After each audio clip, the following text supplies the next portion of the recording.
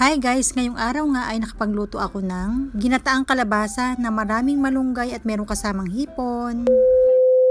Bali guys, sobrang saya ko talaga ngayon. Kasi naman guys, may nagbigay sa akin ng maraming dahon ng malunggay. Kaya naman ngayong araw ay naisipan kong magluto ng isa sa pinakamasarap at paborito kong luto sa dahon ng malunggay. After nga ng matagal na panahon, ay nakapagluto na naman ako ng ginataang malunggay na sinamahan ko na rin ito ng kalabasa at saka ng maliliit na hipon. At ito na nga sa mga punto na ito, hinihimay ko na yung malunggay guys. Bali ito lang yung pinakamatrabaho sa pagluluto ng malunggay, yung paghihimay. Dahil bawat tangkay iniisa-isa ko talaga yung dahon. Para naman kapag kumain ako ay wala na akong makain na tangkay. Para naman subo ka na lang ng subo o diba kapag gutom ka, wala nang hassle. Pero kahit matrabaho to, satisfying pa rin. Kasi nga matagal na talaga akong hindi nakakain ng malunggay guys. Ayan, hinugasan ko na nga rin pala ito para syempre matanggal yung mga alikabok.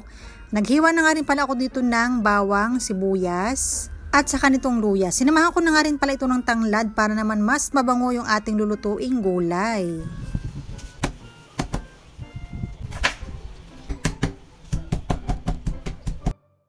Ito nga pala yung mga hipon na sinasabi ko na isasahog natin dito. Napakasarap nitong isahog sa ating gulay. At ito naman mga kalabasa, syempre binalatan ko muna ito at hiniwa ko ito ng medyo malalaki yung size. Okay na yung lahat, kaya naman tara, mag-umpisa na tayong magluto.